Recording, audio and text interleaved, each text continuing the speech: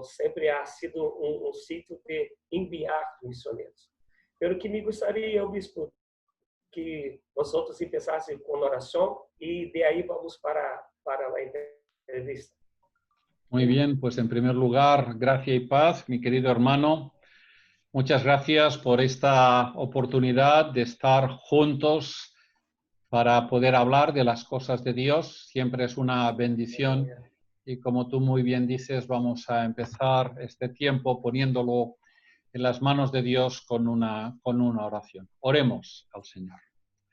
Queremos darte las gracias, Dios, por esta oportunidad de estar juntos. Queremos darte gracias, Dios, por esta oportunidad de dar a conocer la realidad de Cataluña, de Barcelona, de España y de Europa, para que realmente haya un despertar entre nosotros, una visitación especial del Espíritu Santo, pero al mismo tiempo sea un motivo de despertar espiritual a las misiones, al entender que esta vieja Europa, que fue cuna de misioneros y que en estos momentos está muy alejada de ti, necesitamos hombres y mujeres que vuelvan a visitar, que vengan a esta vieja Europa para predicar el mensaje de vida y de salvación, de sanidad y de transformación que está en Jesús.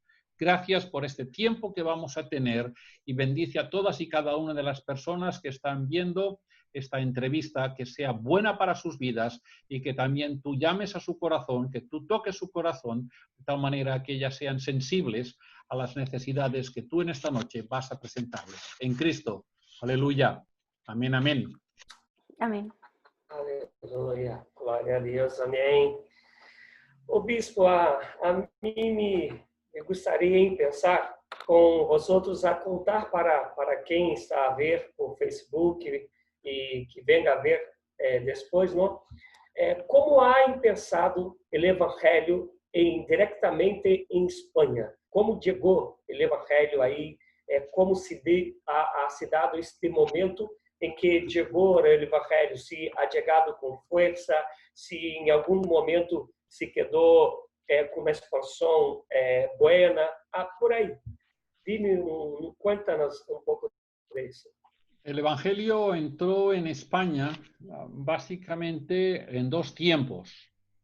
El primer tiempo fue durante el inicio de la Reforma Protestante.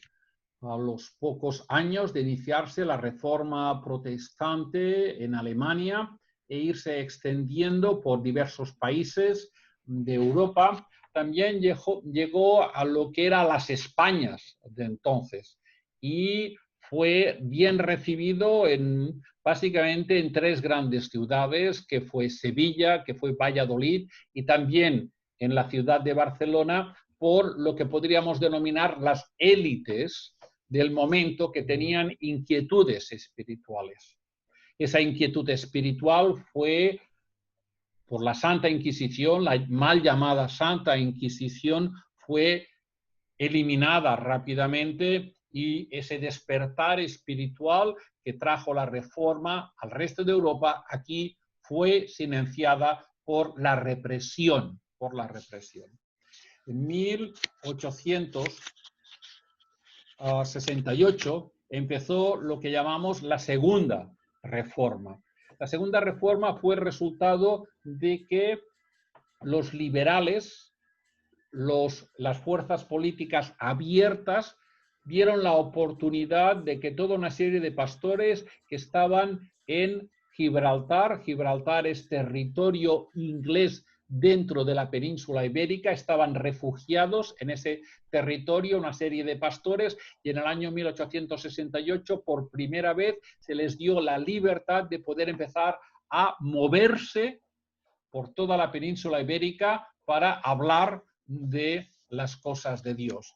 Y así empezó lo que podemos llamar la Segunda Reforma Protestante, que no es tanto una segunda reforma como fue la primera en la intención de renovar a la Iglesia Católica, sino que es una reforma que tenía como interés la extensión del reino de Dios entre nosotros.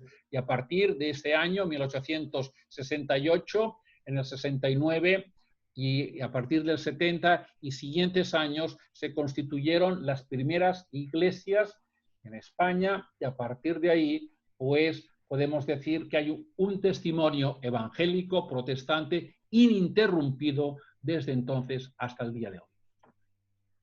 Entonces, podríamos afirmar que el Evangelio ha llegado en España de una manera tranquila, eso es, sin guerras, sin peleas. El pueblo entonces ha aceptado bien la llegada del Evangelio. ¿Es así? El Evangelio en España, como tú muy bien dices, no es el resultado de un conflicto militar. Lo que pasa es que el Evangelio en España ha sido histórica y reiteradamente perseguido. La Iglesia evangélica ha sido una iglesia perseguida durante muchísimos años. Podemos decir que ha habido más tiempos, más años de persecución que más años de libertad. Porque si estamos hablando de 1868 como un espacio en el que las ideas liberales abiertas a la pluralidad religiosa se abrieron, ese espacio de libertad duró sencillamente 6 años. A partir de 6 años volvió la represión con una característica diferente, y es que como las iglesias ya habían empezado a establecerse entre nosotros, no pudieron, gracias a Dios, cerrarse. Luego tuvimos el largo periodo de cerca de 40 años de franquismo, una guerra civil, y durante esa guerra civil y durante la dictadura fascista, franquista, las iglesias fueron perseguidas, cerradas, los pastores tuvieron que exiliarse, algunos pastores fueron fusilados, es decir, la iglesia ha sufrido a lo largo de muchísimos años mucha opresión y mucha oposición, e incluso en democracia, en estos momentos actuales, en los que podemos decir que hay una democracia formal en este Estado español, lo que son las minorías, vamos a hablar de las minorías religiosas.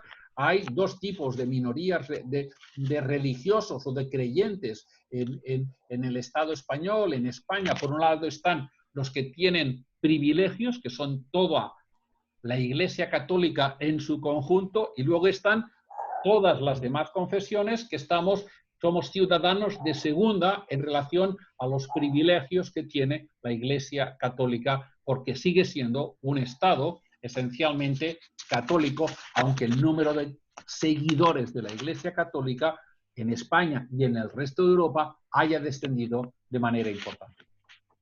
Esta influencia, ¿no? O ese privilegio de la Iglesia Católica se pasa en casi todo el mundo, ¿no? No es distinto acá en Brasil con nosotros. Una otra cosa, y la Iglesia Metodista. Nós estamos acá como obispo da Igreja Metodista Espanha, que é vosotros, ¿no? O bispo Guilherme, e eu como pastor acá em Brasil, a primeira região. Então, se eu pergunto, e a Igreja Metodista, quando ha chegado e como ela tem influenciado ou ha influenciado em tempos passados, não sei, conta-nos um pouco disso. La historia de la Iglesia Metodista deberíamos hablar de una historia compleja, porque el metodismo empezó en Cádiz, empezó en Cádiz, pero fue represaliado y el testimonio de la Iglesia Metodista en Cádiz desapareció. ¿En qué fecha? Esto fue en aproximadamente, supongo, 1871 o 74, alrededor de, principio, entonces. de esos años, ¿no? Luego hubo una larga presencia del metodismo episcopal,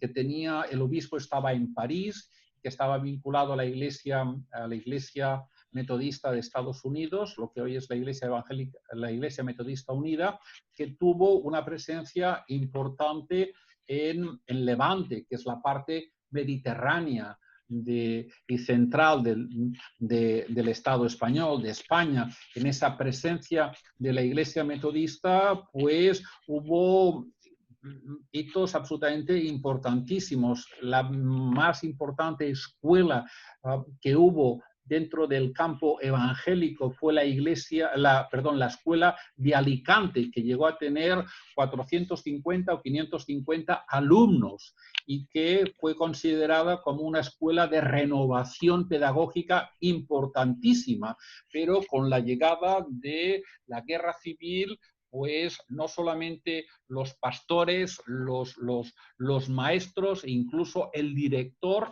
de esa escuela de Alicante tuvo que marcharse al exilio, sino que las propiedades fueron expropiadas y lógicamente fue cerrada durante muchísimos años durante el franquismo, ¿no? Y también pues la iglesia metodista, que tuvo su origen en la ciudad de Barcelona en el año 1868 y 69, con alguien que se llamaba como yo, pero que tenía un apellido diferente al mío, que fue un hombre que empezó como laico y que terminó como pastor, Guillem Brown, pues esta iglesia estuvo siendo, nunca fue una iglesia, siempre fue una misión de origen inglés y que tuvo su presencia entre nosotros hasta que el año 1953, por aquellas cosas complicadas de la vida, que no hace falta que entremos en más detalles, se convirtió en parte de la Iglesia Unida, que poco a poco fue diluyendo la presencia de aquella parte del testimonio metodista que originalmente promovió Guillermo Brown. Y finalmente, en el año 2006, el Señor puso en el corazón de algunos de nosotros que era una muy buena ocasión para volver a levantar el testimonio de la Iglesia Metodista entre nosotros, y gracias al Señor constituimos la Iglesia Evangélica Metodista Unida en el año 2006 como una parte del testimonio de la Iglesia que quiere enriquecer el testimonio de la Iglesia Evangélica, que quiere enriquecer el testimonio de la Iglesia Protestante desde una perspectiva de la teología del avivamiento, desde una perspectiva wesleyana, que es la que nos reconocemos nosotros como también herederos, no solamente nosotros, pero también herederos de esa gran herencia que Juan Wesley, por la gracia del Señor, impulsó en muchísimos países, y que hay muchas familias denominacionales, muchas iglesias que son de origen wesleyano, que son de origen iglesias de santidad, iglesias metodistas libres, etcétera, etcétera, y una de esas iglesias, por la gracia del Señor, somos nosotros, y estamos tratando de levantar esta parte de testimonio que el Señor ha puesto en nuestras manos. Aleluya. Entonces, es seguro, bispo, afirmar que hasta el año de 1953, la iglesia, el Evangelio de Jesús, a través de la Iglesia Metodista, ha sido realmente la sal de la tierra, la luz bueno, del no solamente mundo. A través de nuestra iglesia, nosotros lo vivimos siempre con prudencia, pero siempre nosotros hemos entendido que como iglesia estamos llamados a ser la luz y la sal en este mundo.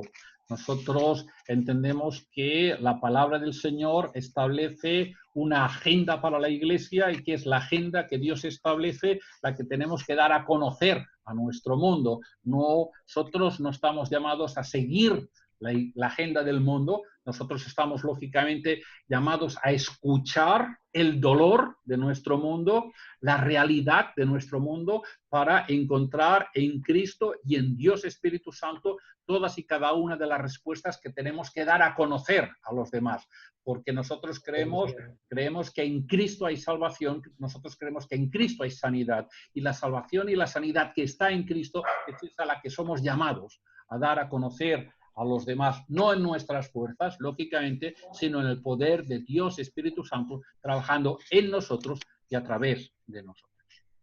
Aleluia. Quando eu expus que é através da Igreja Católica, por suposto, não estou deixando ao lado acostado este trabalho de outras denominações. É simplesmente para empezarmos a direcionar dentro da Igreja Metodista para hacer irmos para falar mais diretamente da Igreja Metodista, pelo que aún vamos falar do Evangelho de maneira geral. E dentro de que o bispo havia dito agora, uma das coisas, o bispo e a irmã que está cá com nós outros, Eu quero hasta abrir parênteses, que eu creio que he cometido um erro, porque me olvidei que há pessoas que nos escutam por Facebook. Então, se eu queria ter uns 2, 3 minutos para que vosotros se apresentassem, não? A irmã de Jami, eu me ouvi seu nome. É Jamima. difícil. Jamima. É difícil. Então, a irmã Jamina se apresenta, luego o bispo, e eu também, porque, por suposto, pessoas de Espanha vão a escutar, não? E luego regressamos a uma colocação e uma pergunta que mais que quero fazer. Então, irmã, No te pode entendí. apresentar-se, irmã. Sí, Para que t'està demanant que et presentis una mica i diguis alguna cosa sobre tu. Ah, vale. Es que yo no soy nadie, Rogelio. Yo nací en una familia cristiana. Mi padre tiene 87 años o 88, ya he perdido la cuenta. Y él desde pequeñito, cuando ha explicado lo de Franco, en la época de Franco, y ha explicado la persecución, mi padre me contaba que iban a las casas de escondidas y cada semana era en una casa distinta. Y a él lo recogía su tío, lo recogía en casa y lo llevaba, pues, esta semana el culto es en esta casa y esta otra semana es en esta otra casa.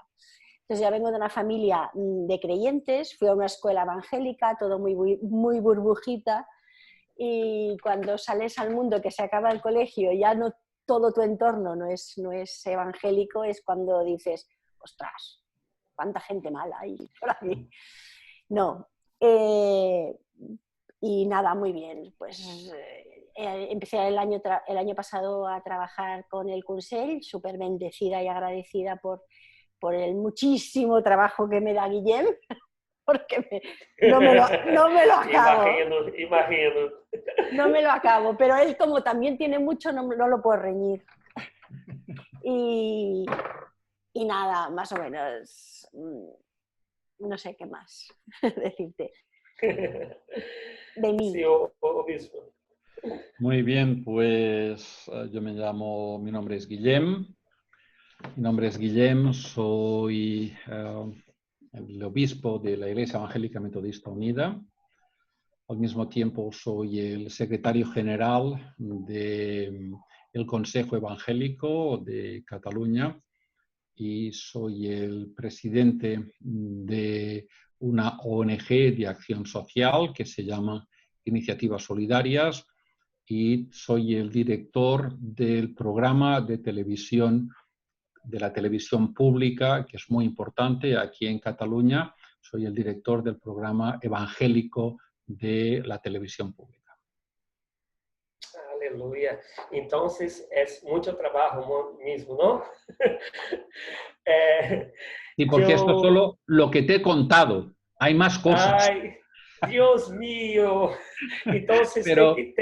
Tem que ser uma entrevista solamente para dizer de todas as tarefas, ¿no? Pero solamente hemos contado algunas de las tareas. Mi nombre es Rogério, ¿no? En portugués es Rogério, pero que normalmente en idioma español me llaman de Rogério, y por ahí se va, ¿no? E eu sou, não, pastor há quase 18 anos e missioneiro há 27 anos involucrado em missões.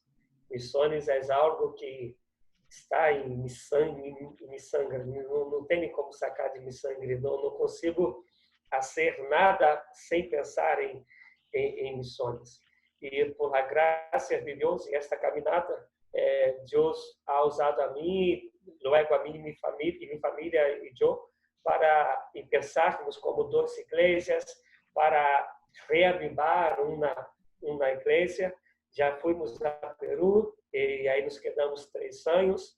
Então, hasta agora estava, Deus mío, há muito, não, que não hablo espanhol, como vai ser agora, de uma maneira mais formal, porque hablo com os amigos que tenho em Chile, em Peru, que já são amigos, eu fui passando eles, as coisas são mais tranquilas, não? E então, se é para que possam conhecer-nos, eu tenho, né, uma pareja de filhos e minha esposa se chama Alessandra, que estão por acá acostado. E para mim é um prazer, como havia dito inicialmente, poder contar para todos um pouco da história. Por quê? Sempre quando falamos de missões, por lo menos essa é a mentalidade do Brasil, nós outros pensamos em los sítios mais humildes, mais pobres. Pensamos África, alguns países da América Latina, não? É muito raro pensarmos em países como a Europa, não? Porque aí miramos a Europa e pensamos, já tem de todo, como se todas as coisas foram mais importantes do que a salvação. Como se tem plata, se tem uma boa escola, se tem uma boa saúde, não necessita de Jesus. E a pandemia ha venido para também mostrar, não, que podemos ter todas as coisas, tendo todas as coisas, aún assim, nada pode reemplazar a salvação que solamente há em Jesus Cristo. E essa é a coisa mais importante de nós outros. Amén. Então, tendo isto como também uma base, eu quero fazer uma outra pergunta.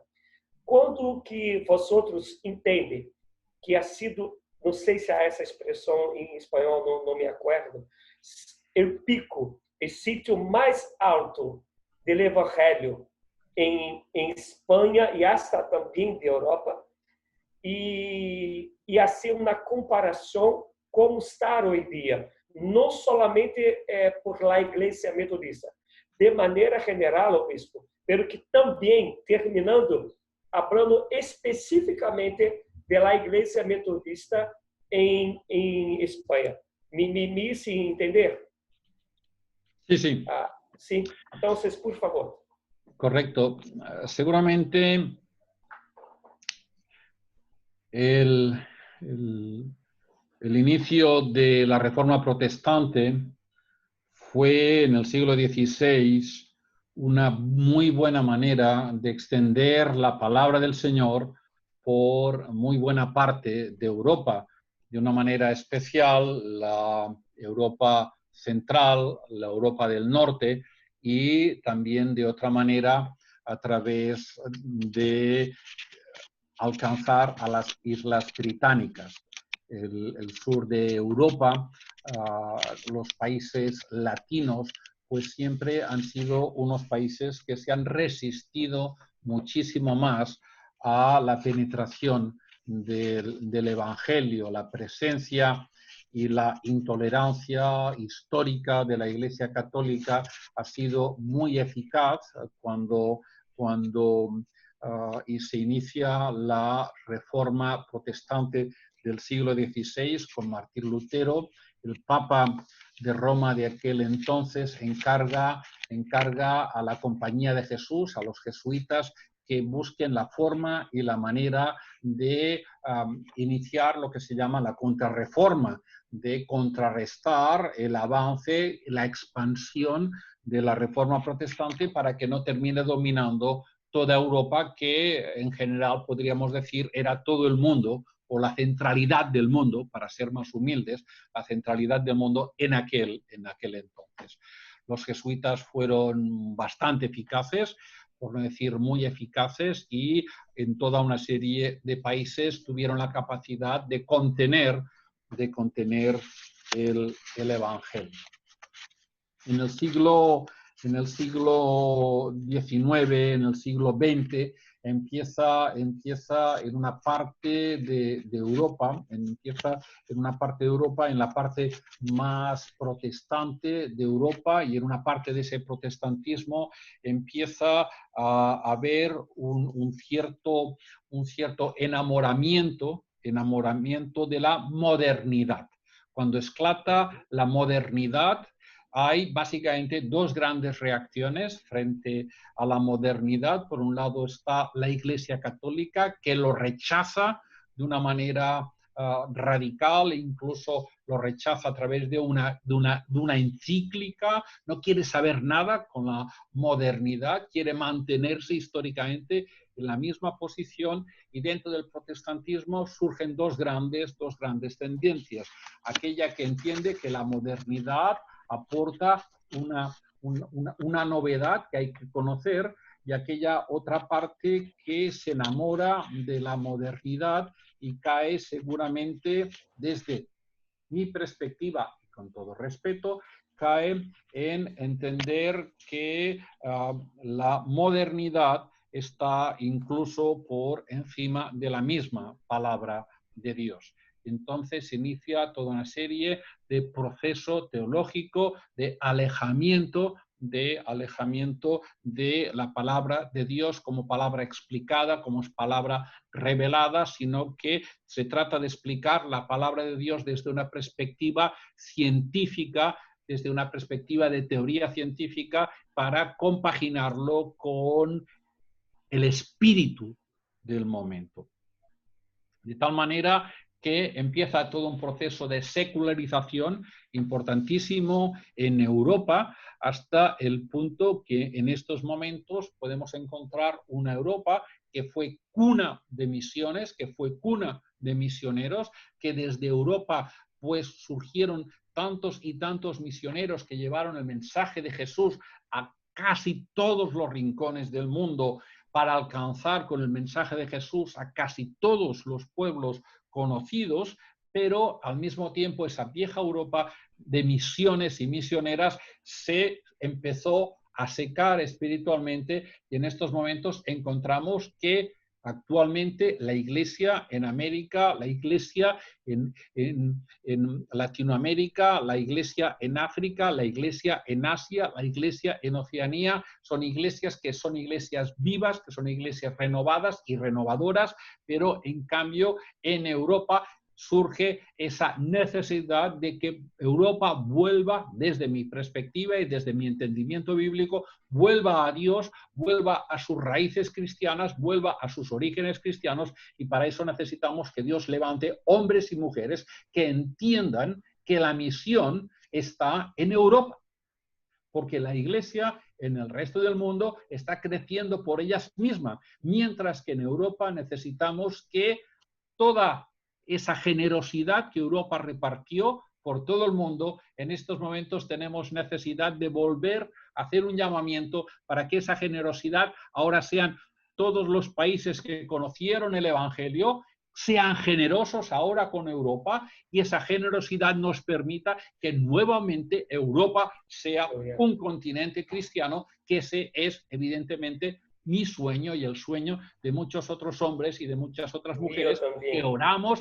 que intercedemos y que buscamos para que haya grandes avivamientos en Europa, porque necesitamos, porque anhelamos lo mejor para nuestra tierra, y lo mejor para nuestra tierra es que conozcan a Cristo y a Cristo resucitado. Y por eso siempre estamos haciendo este llamamiento y recordando que Europa es tierra de misión. Hoy la misión está en Europa. Tener dinero, tener bienestar, tener toda una serie de propiedades, eso no garantiza que las personas conozcan a Cristo, no garantiza una presencia de eternidad en el cielo, sino que sencillamente es un obstáculo más, en más de una ocasión, para que conozcan a Cristo y a Cristo resucitado. Por eso insisto siempre que tengo la ocasión que Europa es tierra de misiones, y cuando toda la Iglesia entienda desde su generosidad que Europa es tierra de misiones, habrá una transformación espiritual en este viejo y cansado continente que es el continente europeo.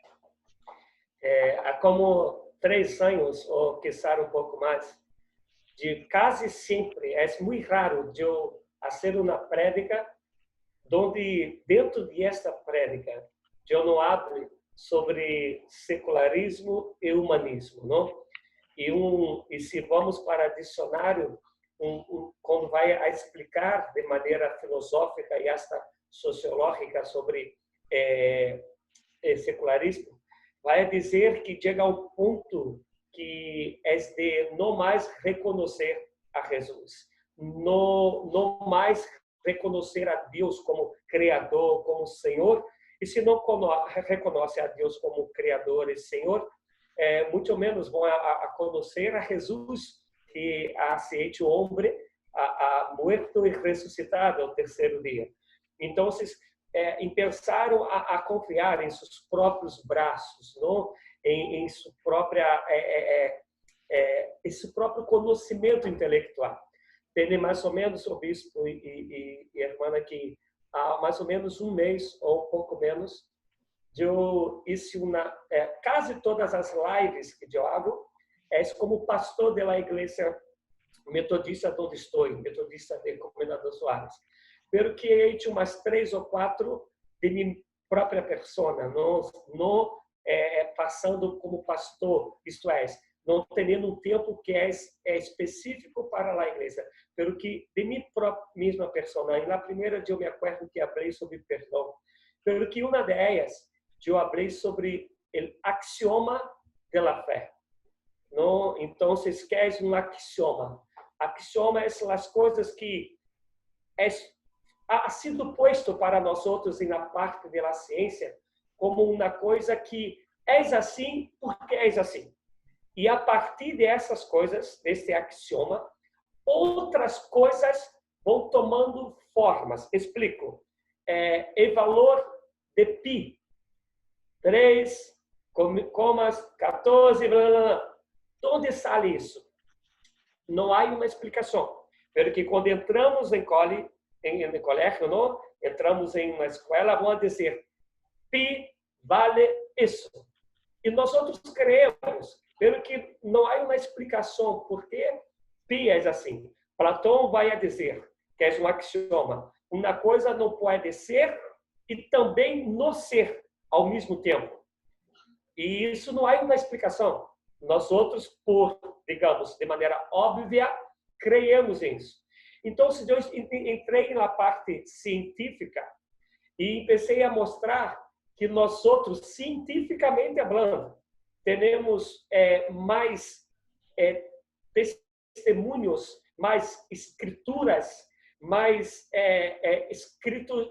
historiadores no cristiano, como Flávio Josefo, para crermos em Jesus, mais do que para crer em Platão, em Sócrates e outros. Exemplo, Platão tem 7 obras originais. 7 cópias de um mesmo original. Evangelho tem mais de 14.000 cópias de um original. E, historicamente, quanto mais cópias recentes de um, mostra que essa história é real. E, então, se deu isso na live, falando sobre isso, para mostrar que, se queremos ser honestos com nós outros mesmos, temos que, por lo menos, crer que o Jesus histórico é verdadeiro. E se creemos que Jesus histórico é verdadeiro, creemos em que Flávio Josefo, que não era cristiano, ha dito sobre Jesus, temos então que crer que toda a história de Jesus é verdadeira, como ele se hecho homem, ha muerto, crucificado, em terceiro dia ha ressuscitado. Seus discípulos, pronto ele havia ressuscitado e pensaram a dar testemunho deles. Por que estou a dizer isso? Estou a dizer isso porque o secularismo se ha quedado na cabeça das pessoas, se é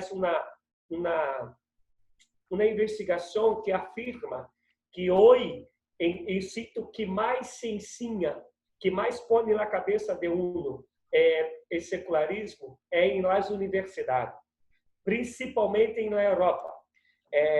Quando o jovem chega em la universidade, põe em sua cabeça que Deus não existe, que isso não é real.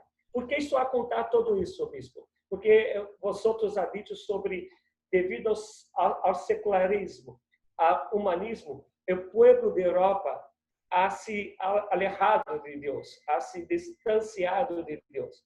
E hoje, eu quero, vosotros estava a dizer que hoje a Europa é um sítio de missões, E estou fazendo um enfoque, se diz, estou fazendo enfoque em essa parte para dizer uma coisa.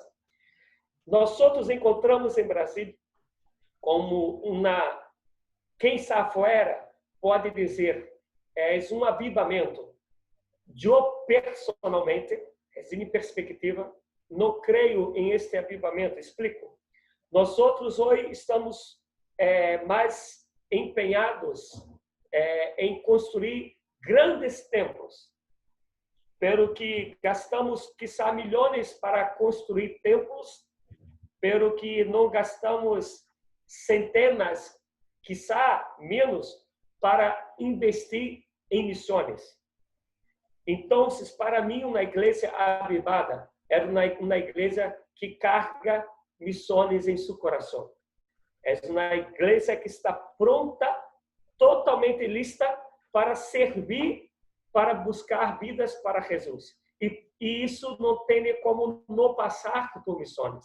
Às vezes encontramos igrejas que dizem, não podemos investir em um missionário porque estamos a construir um salão de festa na igreja. Me entendes o que quero dizer? Então, para mim, isso não é uma igreja avivada. Para mim, é uma maneira que o secularismo e o humanismo vai entrando em la igreja pouco a pouco, hasta que se seque totalmente a visão missionária. Dito isto, eu quero fazer uma pergunta. Eu ha estudado, hasta por grupo que hago parte de missões em Europa, que hoje há cerca de 330 cidades em Espanha que não há uma só igreja evangélica. Então, senhor bispo, compreendendo que esse alejamento de Deus a hecho de um sítio que era antes um sítio que enviava missioneiros. Hoje dia é um sítio que necessita missioneiros. Escutei um missionário de Espanha dizer que dentro de Espanha há dificuldade de encontrar um cristiano de mesmo Espanha, que seja nacional de Espanha, que seja espanhol, que pueda predicar Jesus para outro, porque quase não há.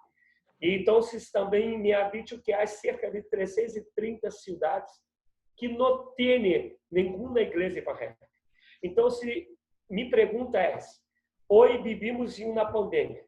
Então, eu quero saber, bispo, se vosotros creem que este tempo as pessoas estão mais sensíveis para escutar de Jesus. E também que me diga a realidade do evangelho dentro de Espanha e do evangelho dentro da igreja metodista, isso é, quantas igrejas há, quantos membros são, para que as pessoas que nos escutam tenham esta noção, este conhecimento de um sítio que, como vocês ha contado, ha passado por grande peleia, persecução, e todavia ha sido sal da terra, a luz da terra em Espanha e Europa, ao ponto de depois enviar pessoas para todo o mundo. E hoje dia, então, quando a pessoa dar ouvido ao secularismo, ao humanismo, ha ido se alejando de Jesus, ao ponto de se tornar um sítio para missioneiros. Me abre um pouco de isso, obispo. Has tratado muchos temas muy interesantes, muy bien tratados. Yo voy a hacer una muy breve reflexión sobre algunos de ellos y siempre lo ejemplarizo de la misma manera. Tú vas a cualquier país latinoamericano, que es quizás lo que más conozco poco, pero conozco un poco, y Dios forma parte de la vida cotidiana. Hablar de Dios forma parte de la conversación. Tú encuentras referencias a Dios y a la iglesia en las calles, en los autobuses, incluso en las emisoras de radio, ¿verdad? la gente se despide con el que Dios te bendiga, como lo más normal del mundo, ¿verdad? Dios forma parte de la vida cotidiana y tú coges un taxi y perfectamente puedes hablar con el taxista de Dios porque no es algo ajeno a la vida cotidiana de la mayoría de las personas. En Europa es exactamente lo contrario. Dios no está presente ni en la vida cotidiana, ni muchísimo menos en la vida pública.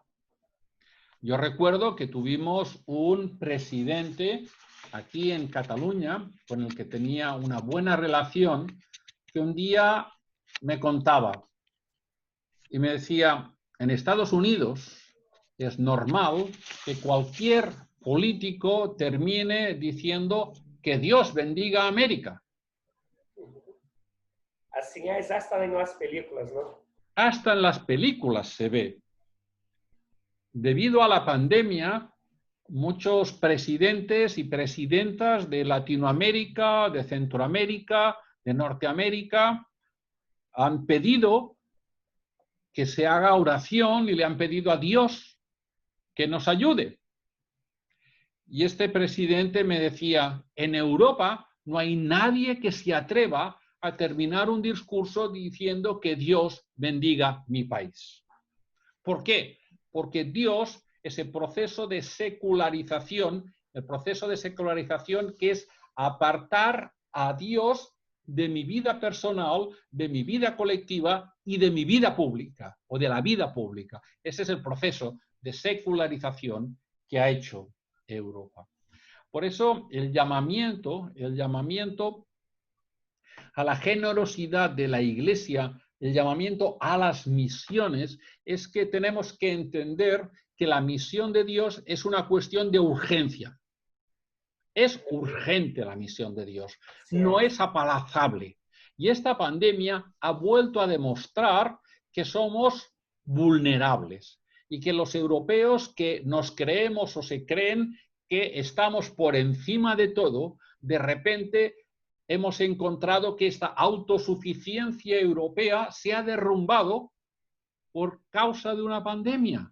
No somos nadie, no somos nada, somos vulnerables, somos muy, muy, muy vulnerables. Pero cuesta a los europeos reconocerlo. Y la Iglesia tiene que entender que estamos en un momento histórico, por eso hablo de la urgencia, no es porque sí, es porque entiendo de Dios que tenemos que hablar de urgencia misionera. La misión de Dios es una urgencia misionera en estos momentos, que esa urgencia misionera nos llama a dos grandes tareas. Al discipulado, no tenemos que tener solamente congregantes, tenemos que tener discípulos y discípulas de Jesucristo, hombres y mujeres con vidas transformadas. Esta pandemia ha demostrado que lo importante no es el templo. Los templos, al menos entre nosotros, se han tenido que físicamente cerrar. Lo importante es la vida del discípulo en comunidad y de la discípula en comunidad. Y en segundo lugar, cuando nosotros tenemos un entendimiento misionero, un entendimiento como discípulos, yo siempre me gusta explicar cuando me preguntan ¿cuál es la característica de la espiritualidad metodista?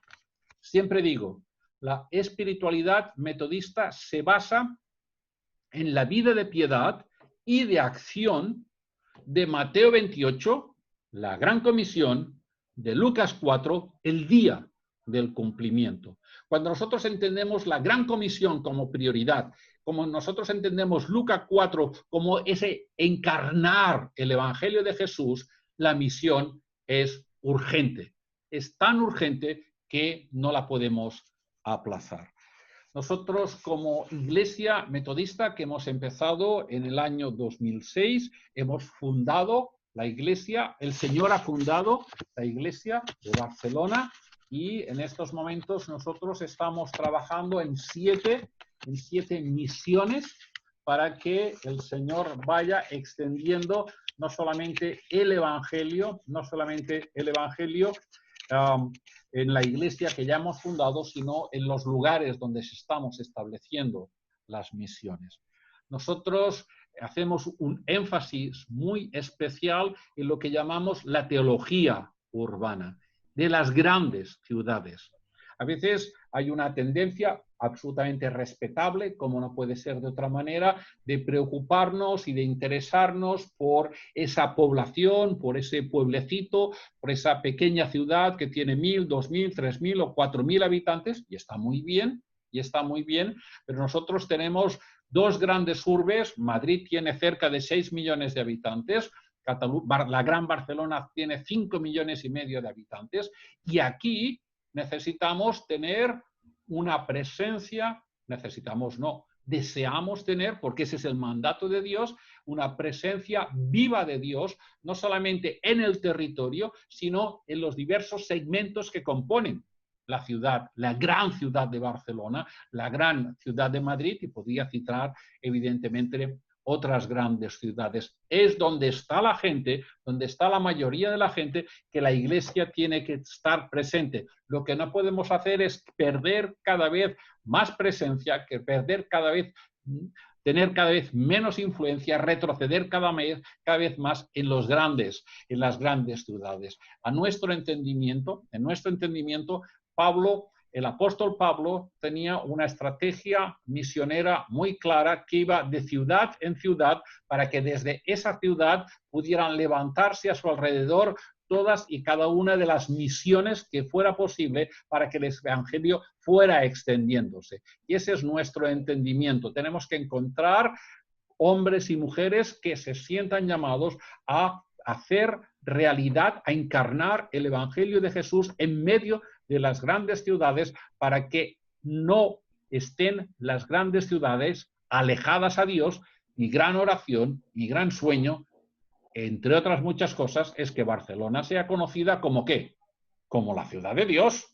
Pero no solamente Barcelona. Hablamos de Barcelona porque estamos hablando desde esta ciudad, desde la ciudad de Barcelona, pero si estuviera en Valencia, diría que Valencia fuera conocida como la ciudad de Dios, y así podría citar no sé cuántas otras ciudades, pero lo que precisamente necesitamos y primeramente necesitamos es que haya realmente un impacto transformador en esta gran ciudad de Barcelona. Cuando haya un impacto transformador en esta gran Barcelona y la gente también acuda a esta gran ciudad, no solamente a divertirse, no solamente a comprar, no solamente a hacer turismo, sino también a encontrar a Dios, nosotros estaremos cumpliendo la misión de Dios en nuestro tiempo y en nuestro contexto histórico. Entonces, antes de que ha faltado una segunda respuesta, pero que antes de regresar a ella, yo só escribí, creo que en esta pandemia voy a terminar, un libro que tiene, hace ese momento el nombre de Assim me han discipulado. Y una de las cosas que yo hablo, obispo, es que hoy voy a hablar de mi realidad acá en Brasil y de mi experiencia em Peru. Hoje, a grande maioria do liderazgo evangélico não sabe mais evangelizar. Não, como havia, me perdona, todavia não he memorizado esse nome, como havia dito a secretária que trabalha full. Jamima ha dicho. Hoje há um liderazgo que não sabe viver, cessar fora de salero. Se diz salero? Salero, fora de salero, sim. Não sabe viver fora de salero. Só sabe viver dentro da instituição evangélica.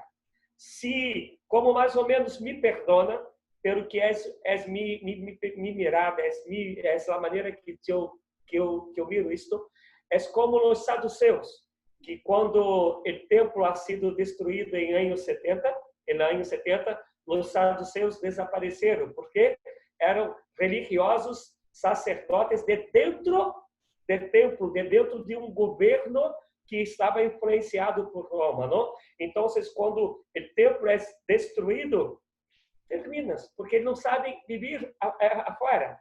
E hoje eu encontro isso, um liderazgo que só entende o evangelho em uma instituição, dentro de 4 paredes, não sabe viver, ser sal da terra, está dentro de los que são diferentes, de los que pensam de maneira diferente de nós outros. E por isso não logram evangelizar. E por isso são muito poderosos dentro da organização. E por isso não têm uma mirada de missão. Porque o que importa é o cargo, o poder, dizer, mira, estou com 90 anos, pelo que he construído uma igreja, não sei se é essa expressão em Espanha, pelo que há em Peru, chévere. Existe essa expressão? Más poco, pero lo podemos entender. Sim, e he construído uma igreja faraônica, com todo o conforto do mundo. E às vezes, hasta está llena de gente, pero que não pessoas transformadas, porque creio que vocês está de acordo comigo.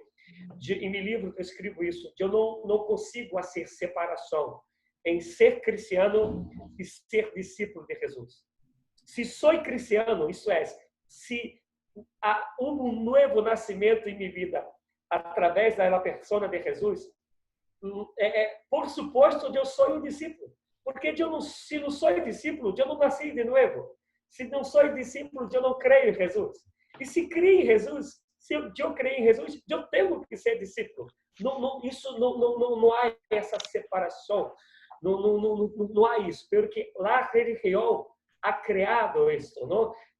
Não, és cristiano, pelo que não é discípulo. Então, se não és cristiano, és um religioso, és um membro de uma denominação, pelo que o encontro verdadeiro de novo nascimento com Jesus não ha acontecido com essa pessoa, não ha tido, não? Então, pelo que a segunda pergunta que ha faltado a resposta é: hoje, quantos cristianos de verdade crees? Não sei se tem uma estimativa, vosotros, há em Espanha, e quantos cristianos há na igreja metodista, onde vosotros és obispo?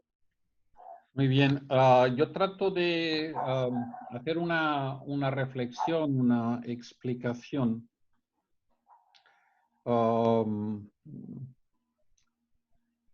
un poco diferente de la que acabas de comentar, ¿no?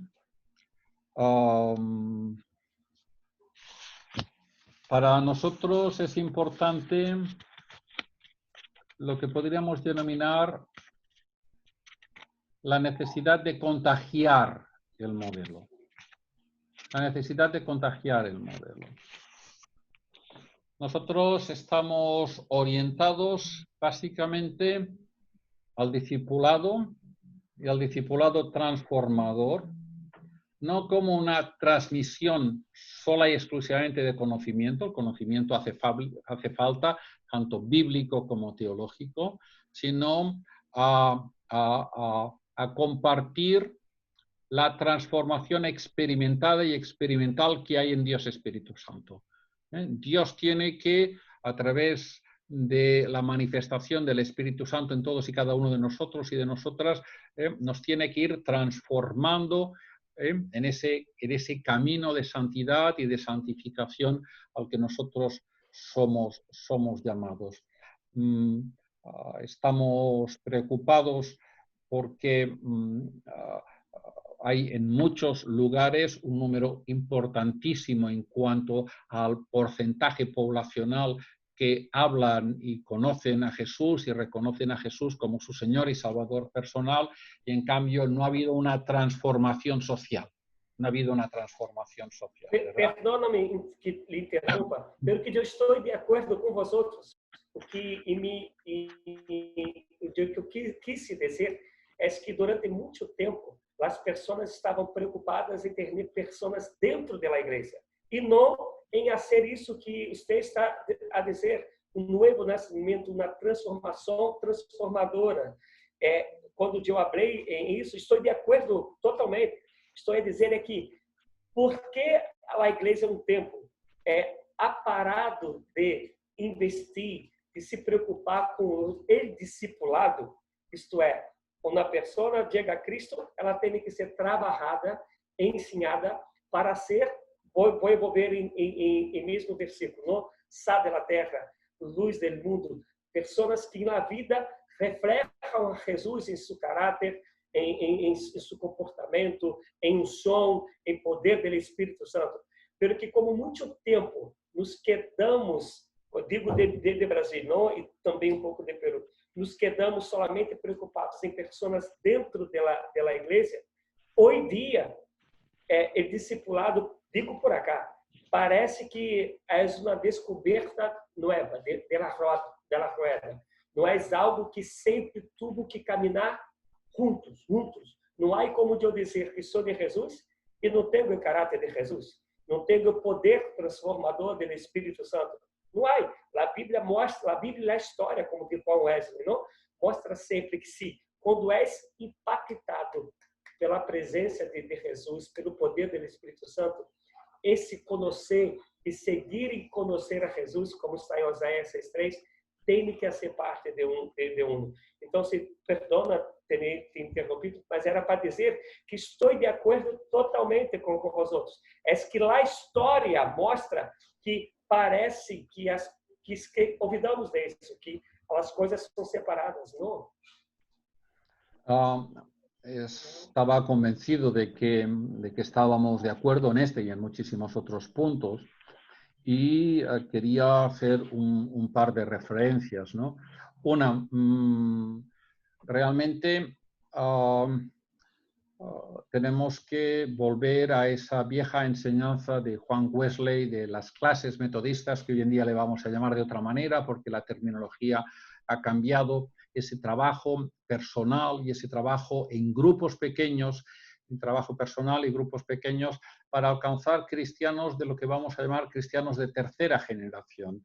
Si yo te estoy discipulando a ti, que tú a tu vez discipules a otra persona. Eso es de tener hijos e hijas espirituales.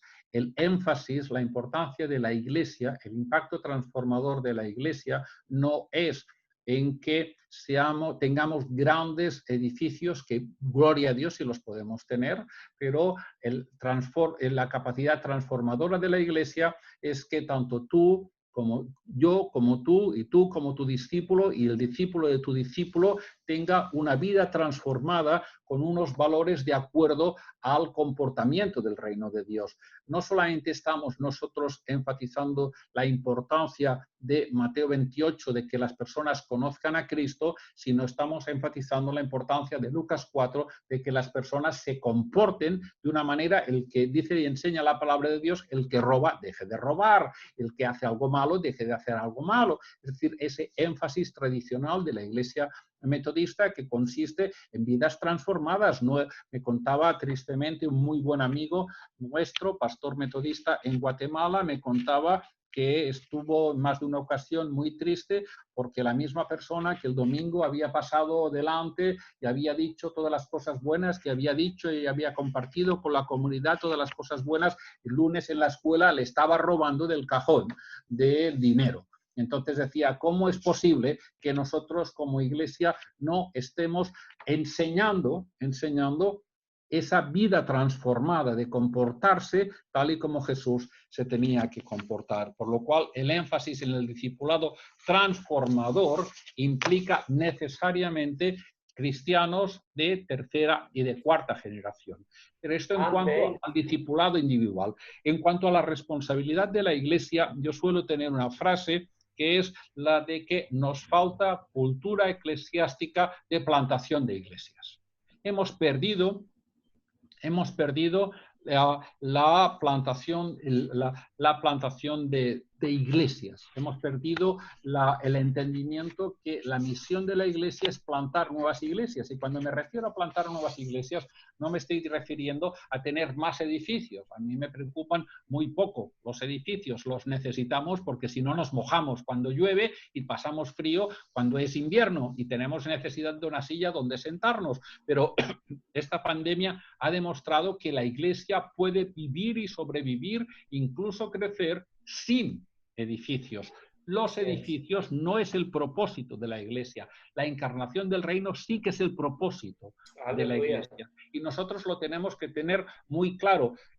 Una cultura de plantación de iglesias, yo hablo con mucha más humildad de misiones, por eso hablamos nosotros de misiones, y por eso nosotros estamos trabajando de una manera muy estrecha con un movimiento europeo que es y se denomina a sí mismo M4, que está orientado a la plantación de iglesias, y estamos no solamente como iglesia metodista, sino como iglesias evangélicas en España, en Cataluña y en Europa, estamos trabajando de tal manera que nuestro entendimiento es que nuevas generaciones de hombres y mujeres sientan el llamado de Dios porque son discípulos, porque son discípulas, que pueda realmente entender que su misión es, sea a través de un grupo pequeño, sea a través de lo que el Señor le dé a entender, la plantación de nuevas iglesias. No es que no haya entendido la pregunta numérica, claro que la he entendido, pero soy suficientemente inteligente como para que todo el mundo pueda hacer las preguntas que quieran y yo contesto aquella parte de la pregunta que creo oportuno tener que presentar, que tener que contestar, ¿no? Por lo cual, claro que la he entendido, pero obviamente me la he dejado en el cajón. Y como me la he dejado en el cajón, no voy a responder, digámosle, no voy a responder muy claramente a esta pregunta, tampoco la voy a aludir del todo, pero es cierto que la presencia numéricamente, si hay algún país en esta vieja Europa en donde la presencia evangélica porcentualmente es de las más reducidas, tenemos menos presencia evangélica. Ahora no podría recordar las cifras y no quisiera equivocarme, y menos en una intervención que puede ser luego transmitida y alguien puede desmentirme públicamente y decir, tú has dicho esto, y yo no puedo en estos momentos mencionar las cifras, pero sí tenemos menos presencia evangélica, que incluso en un país como el que es Portugal tiene más presencia evangélica que la misma realidad en el Estado español. Somos, en el sur de Europa, somos los que tenemos menos presencia evangélica en general, y de una manera más particular a nivel del Estado español. Lo cual quiere decir que si esto es una realidad, y lo es así, la urgencia de la misión en Europa tiene una doble urgencia, que es los países del sur, y dentro de los países del sur el Estado español. ¿Por qué? Porque la presencia del testimonio evangélico es más que reducido. Y hay que tener en cuenta que en estos momentos el Estado español se ha transformado por su situación geográfica en lo que algunos llaman la California de Europa, es decir, muchos europeos están viniendo a vivir a cualquiera de nuestras zonas de playa, de bien vivir, que se puede vivir muy bien en determinados lugares, están viniendo, y al mismo tiempo también nosotros empezamos a ser el África del Norte, es decir, muchísimas personas que tienen sus orígenes en África están viniendo a España, al Estado español, a Cataluña, a las grandes ciudades, Sevilla, Madrid, Valencia, un poco menos en Bilbao, pero sobre todo muchísimo más en Barcelona, que están viniendo de cantidad de países de origen musulmán, de cantidad de países subsaharianos, porque están encontrando en esta parte del sur de Europa una salida, o quieren encontrar una salida personal para sus vidas, por lo cual tenemos un flujo del norte muy importante y un flujo del sur también muy importante, que se está concentrado en esta parte del sur de Europa, que, repito e insisto, tiene una doble urgencia porque está en Europa y una doble urgencia porque es uno de los países, de las zonas, de las geografías de Europa que menos presencia evangélica lamentable tenemos hasta ahora. Amén. Hasta ahora. Porque soy hombre de fe y creo que Dios está transformando, que a través de esta misma entrevista Dios la va a utilizar para transformar más corazones que entiendan la urgencia de que la iglesia tiene que ser iglesia de misión y que la misión de la iglesia es urgente, no la podemos aplazar, es prioritaria y ese es mi entendimiento y por eso lo digo, lo predico, lo enseño y lo hablo con mucha convicción. Aleluia. Obispo, estamos cerca de terminar, pero que só mais alguns minutos. Na última investigação que eu he hecho, Espanha é o país de idioma espanhol, não? Por supuesto, que é menos que há menos evangélico em el mundo. E dentro de los que hablam espanhol, nenhum país tem menos concentração de evangélico que há em Europa. E, aún mais, a última que eu he hecho não diz solamente evangélico, habla cristianos de uma maneira general. De todos que confessam a Jesus, de toda a linha, Espanha é o que tem menos que confessam a Jesus como Senhor.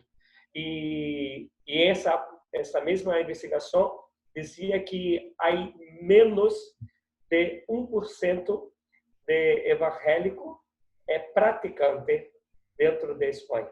Isto é dizer, de uma investigação de acá para aí, não, pelo que isso lendo no que alguns grupos de missões em Europa dizem, não, que estão mais cerca de los estudos, estão aí. E uma outra coisa que eu quero aproveitar esse tempo para dizer é que, voltando a dizer um pouco sobre secularismo e humanismo, o povo, de maneira general, ha se quedado muito envolvido para as coisas materiais, para o que passa acá e agora. E nesta búsqueda de coisas materiais, de lo que passa acá e agora, pensam que se encontramos plata, se encontramos grandes posições sociais, grandes conhecimentos intelectuais, né, cognitivos e por aí se vai, passam a crer que isso é o que é suficiente para a vida. Então, começam a deixar de pensar que a morte vai chegar. E o que passa depois? Então, vem uma pandemia como esta. E muitos que, digo por lo que ha passado acá, amigos meus, não cristianos, me escreviam, Rogério, habla sobre os sinais. É Apocalipse agora? Jesus, como é isso? E não um ou dois, muitos. Inclusive, ha sido por isso que eu fiz uma live também, onde eu dizia de mais de 300 profecias sobre Jesus que ha acontecido, que todas se concretizaram em Jesus, e as outras profecias que Jesus ha dicho, e algumas que já se passaram. Por que estou a dizer isso? Porque para a igreja, de uma maneira geral, parece que pensamos que os ricos, os que têm plata, eu me dei de um nome que há, por lo menos em Peru, os pitucos. Existe isso aí? Em Espanha? Pituco em espanhol para quem tem, em Peru, perdão, para quem tem muita plata. Parece que eles podem ir para o inferno, que eles não necessitam de salvação. Era como se fosse, não estou a dizer que existe, estou sendo uma analogia. Não, se já tem uma vida muito boa acá, pode então se ir para o inferno, não passa nada, não? E por isso, por pensar assim, há uma dificuldade de mirarem para enviar missioneiros para a Europa, porque lá é euro, digamos, de acá, não é real, é valor muito mais alto, e parece que as pessoas estão a medir a salvação por valor. É como digo, mira, hasta exemplo, não? Solamente exemplo. Hasta 5 euros vale para a salvação de alguém. Se passa de 5 euros, não. Já é muito ou não vale. Porque parece que olvidamos, digo de maneira general, que Jesus ha muerto tanto para o pobre como para o rico, tanto para os brasileiros como para os espanhóis. Jesus ha muerto para salvar a todos. E uma vida que encontra Jesus, o preço que ha sido pagado, é o preço da sangue de Jesus na cruz.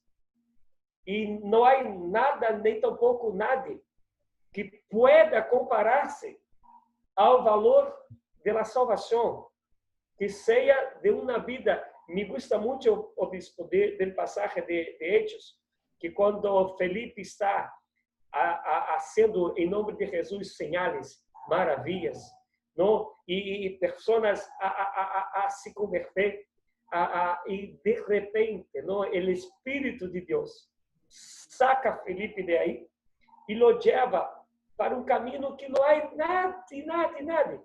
E vem um eunuco, um africano, caminhando em su carruagem, como se diz em espanhol? Su carruaje, está bien dicho. Carruagem. E aí predica para ele, para um só. Mira se usted e eu vamos a ser um plano deste. Está em centro de uma cidade a predicar e um montão de pessoas a se converter, milagres, maravilhas. E o Espírito de Deus o saca de aí, de onde é um montão, para levá-lo a predicar para uno. Pero que este uno, ademais dele, ele mesmo ha sido salvo, ele ha levado o evangelho para a África. Quando vamos a mirar o encontro que Deus mesmo em Hechos 10 hace com Cornélio, não sei se em espanhol é igual, né, o nome. Deus ha escuchado um homem que não fazia parte do ciclo de los discípulos, e através desse homem tanto ha ensinado a Pedro, a não fazer acepção de pessoas, como também ao usado Cornélio para que amigos dele, os familiares, pudessem escutar sobre a salvação que somente existe em Jesus, e todos que estavam recebido do Espírito de Deus.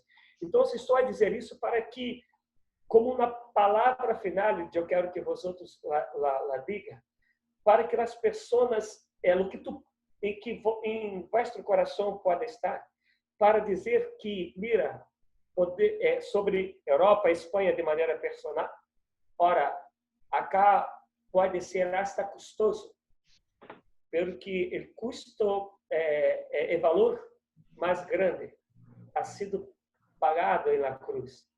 E nenhuma plata é muita para a salvação de uma que seja pessoa. Então, eu quero que vocês, o bispo, diga uma palavra sobre isso, como para que as pessoas que nos escutam agora e vão escutar-nos depois, minha esposa, veio a dizer-me, pelo que se não há tradução, as pessoas que estão escutando, como vão a saber que estão escutando por Facebook?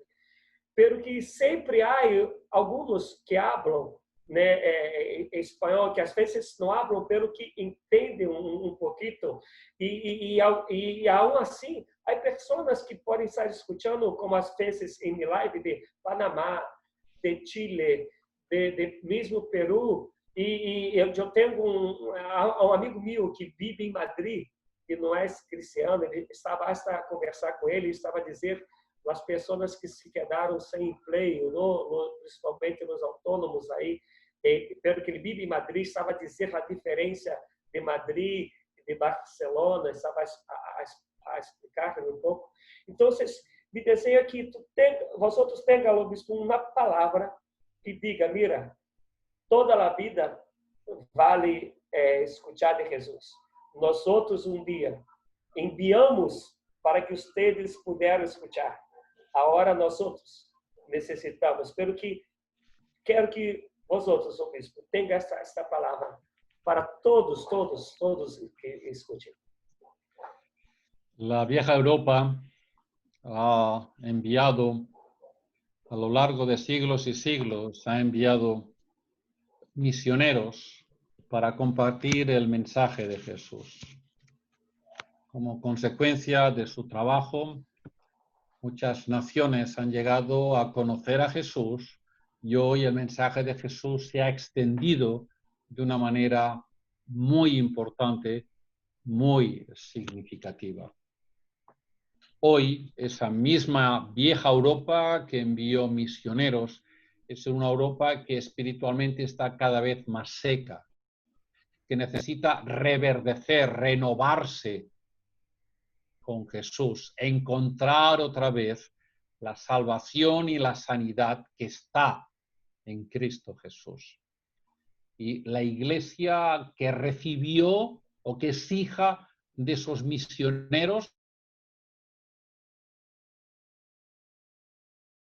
a la generosidad. Un llamado a la generosidad para que vuelva a enviar a esta vieja Europa hombres y mujeres dispuestos y dispuestas a predicar el mensaje de Jesús. Es un llamado a la generosidad por la urgencia que tenemos de que esta vieja Europa conozca el Evangelio, que esta vieja España, esta vieja ciudad, Barcelona, Madrid, Sevilla, Bilbao, todas esas grandes ciudades de este sur de Europa conozcan a Cristo como Señor y Salvador personal. Pero el gran reto que se enfrenta las iglesias es entender que esa aparente riqueza económica que está en Europa no tiene nada que ver con la riqueza espiritual. Hay la misma, no, muchísima más necesidad espiritual en Europa que en todas esas ciudades, que en todos esos países que el Evangelio está floreciendo de una manera importantísima. Por eso hacemos un llamado, un llamamiento a la iglesia de aquí y de allí, al discipulado transformador. Por eso hacemos un llamado a la iglesia de aquí y de allí, a que nos sintamos implicados en la plantación de nuevas misiones para extender el mensaje de Jesús.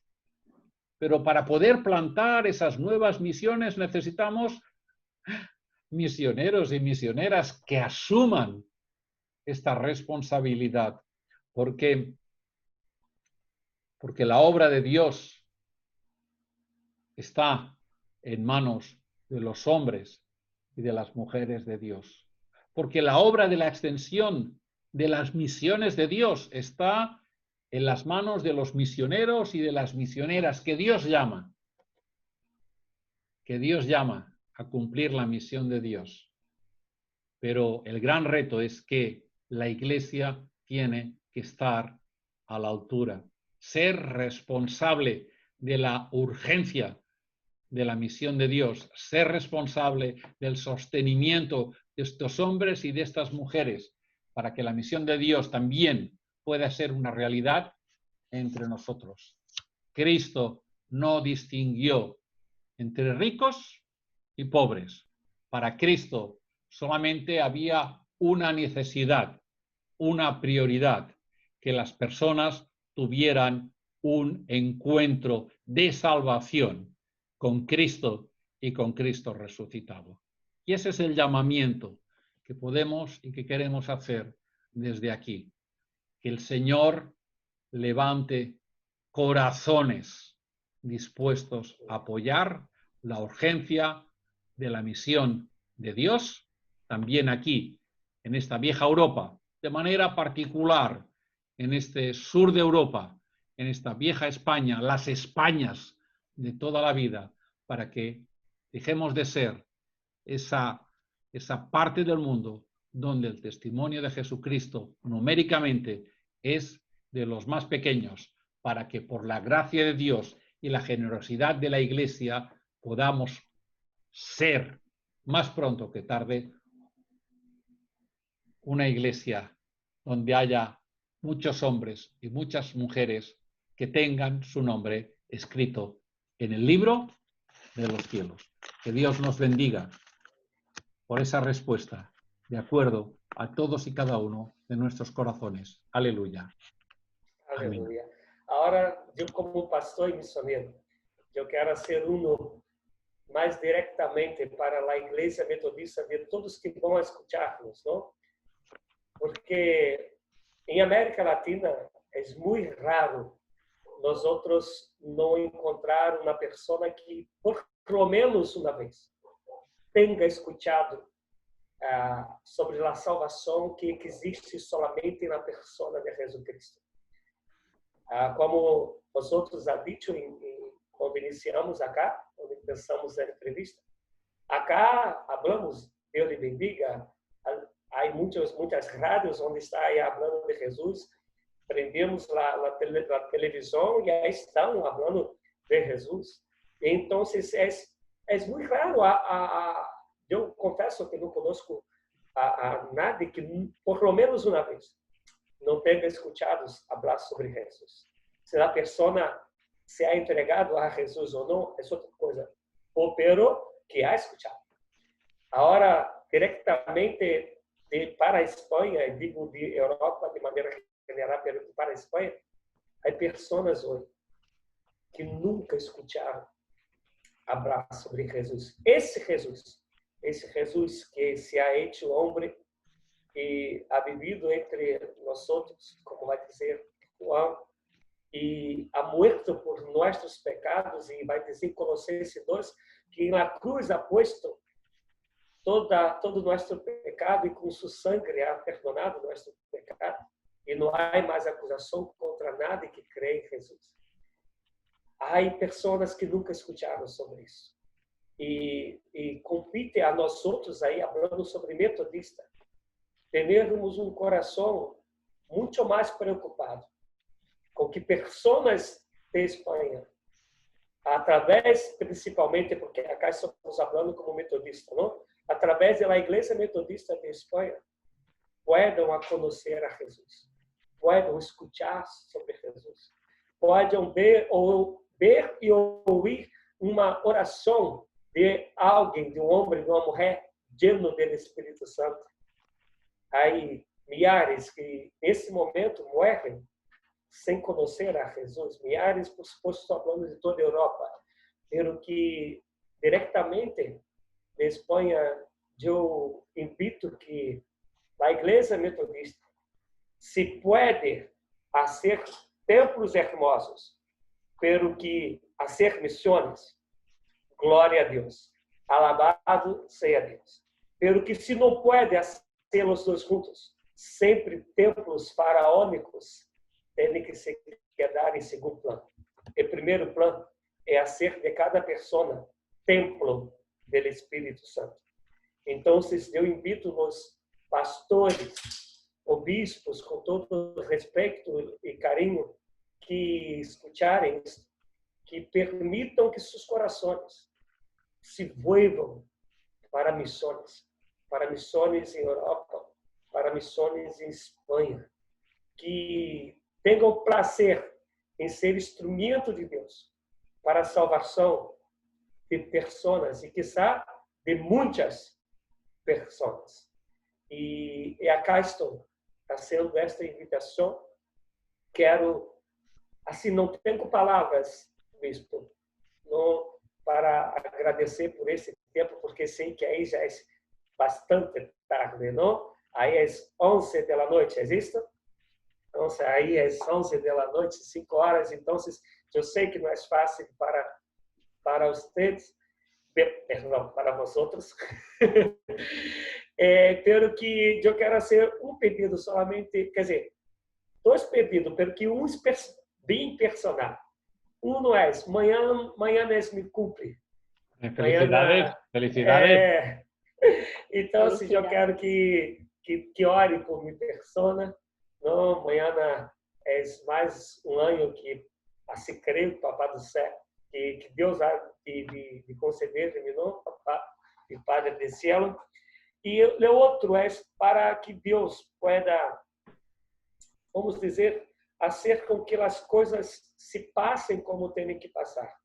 Para a vida missioneira que creio que minha esposa, meus filhos e eu, minha família de maneira general temos, e com este objetivo, em algum momento, né, que Deus permita que estejamos aí em Espanha, nós sabemos, Deus sabe a fecha, como já conversamos acá, há uma dificuldade das pessoas mirarem, principalmente quando habla de valor econômico, não de plata, pelo que me deseja que vocês podem estar orando em esses dois sentidos, por minha vida de mais um ano de vida, e esse sentido. E hasta o final de 2020 eu vou memorizar tu nome, eu lhe prometo. Jemima es la hija de Então, Job. Busca en la Biblia. Que é distinto em português. Claro, claro. Gemini. Jemima, J-E-M-I-M-A. M, las dos M. Então, Jemima. E vosotros orem terminando este tempo, que por mim, eu confesso que vai quedar-me mais. Pelo que eu sei que aí já é bastante, não? Em la hora. Então, muitas graças àqueles que estão nos escutando, a uns nos acompanham, porque eu não sei quem está em Facebook, só depois que vou ver. E o pedido está sendo gravado, não? Então, Jemima, depois me envie, se puedes, ou então me envie o link, se vai para o YouTube, que eu saco de aí para pôr em meu canal. Vale. Muitas graças. Então, vamos a orar, obispo. Después, Jemima. No, Jemima tiene un problema. No sé orar en castellano. Es que lo he intentado alguna vez, no sé orar en castellano. Yo siempre hablo con Dios en catalán y cuando hablo en castellano me quedo como tartamuda y me sale fatal. No, entonces, mira, ore en catalán que Dios conoce todos los idiomas, todos ellos. Entonces, no hay problema, nosotros vamos a ser bendecidos de igual manera, no va a cambiar. Bueno, vale. Pues vamos a darle en primer lugar las gracias a Rogelio, ¿verdad? Por su acogida, por este tiempo, por esta oportunidad. Y vamos a terminar con oración. Le voy a pedir a Jemima que si ella quiere orar en catalán, pues vamos a hacerlo también en catalán y luego termino con una oración. Por favor, Jemima. Senyor i Pare, moltíssimes gràcies per lo molt que ens estimes, per lo molt que ens cuides i gràcies perquè ens escoltes, que podem parlar amb tu directament, que no ens has posat un sistema difícil, sinó que directament podem parlar amb tu i tu estàs per nosaltres, Senyor. Et volem demanar per la vida del Rogerio que el que has posat en el seu cor de les missions, gràcies perquè, Senyor, has posat en el seu cor que Europa necessita de tu i necessita conèixer-te. Catalunya és un lloc totalment apartat de tu, no et volen conèixer, no et volen escoltar de tu i, Senyor, doncs és una benedicció que hi hagi gent que hagis posat en el seu cor, que vinguin i que vulguin que et coneixin.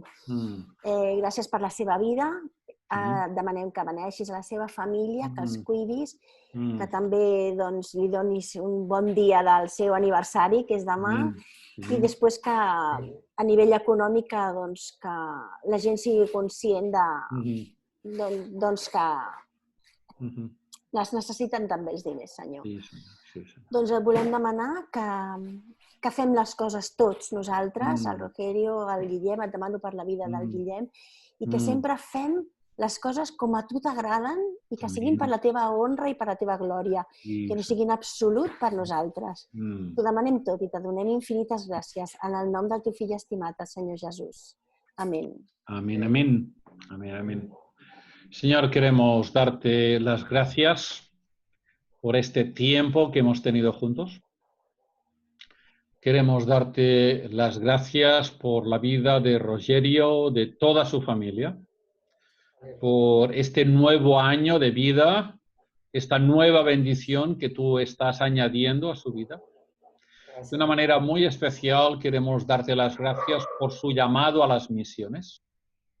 Te pedimos, Señor, que tú estés sosteniendo este llamado a las misiones, porque realmente tu iglesia necesita hombres y mujeres, familias, que entiendan la urgencia de las misiones y la urgencia de las misiones de una manera muy especial en Europa y la urgencia de las misiones muy especial en el sur de Europa, en este Estado español, en estas Españas que te necesitan, Señor, que necesitan la urgencia de conocerte personalmente, porque no han oído de ti y necesitan oír de ti para salvación y para vida eterna.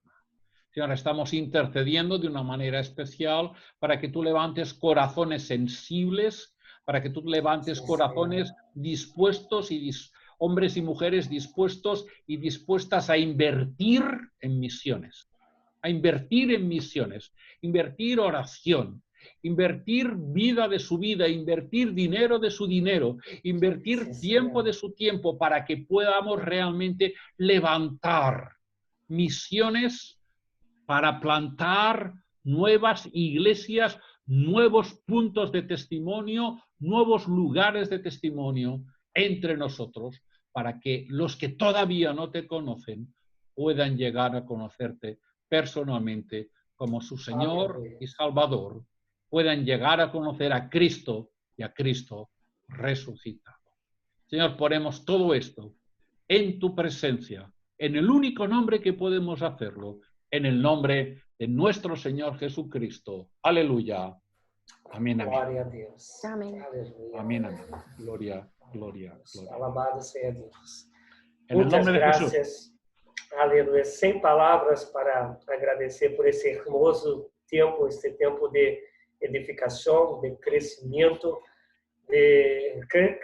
em todas as áreas, no conhecimento, crescimento espiritual, de informação sobre a realidade, e quero crer que também tenha sido para aqueles que han escuchado a nós outros de crescimento espiritual, em nome de Jesus. Amén, Gracias, amén. gracias, gracias. Dios os bendiga, Dios os cuide y que el Señor transforme todo esto en bendición. Porque nace de nuestro corazón, que transforme todo esto en bendición. Y también gracias a Yamima, que nos ha acompañado hasta más de las 11 y pico de la noche. Gracias, Yamima, por tu generosidad. Muchas gracias. Solamente mais trabalho, não, Jamila? Sí. Solamente mais trabalho, nada mais que isso. Muchas gracias, bendiciones. Vale. Chao, chao. Bendiciones. Muy buenas noches. Chao, chao. Muy buenas noches.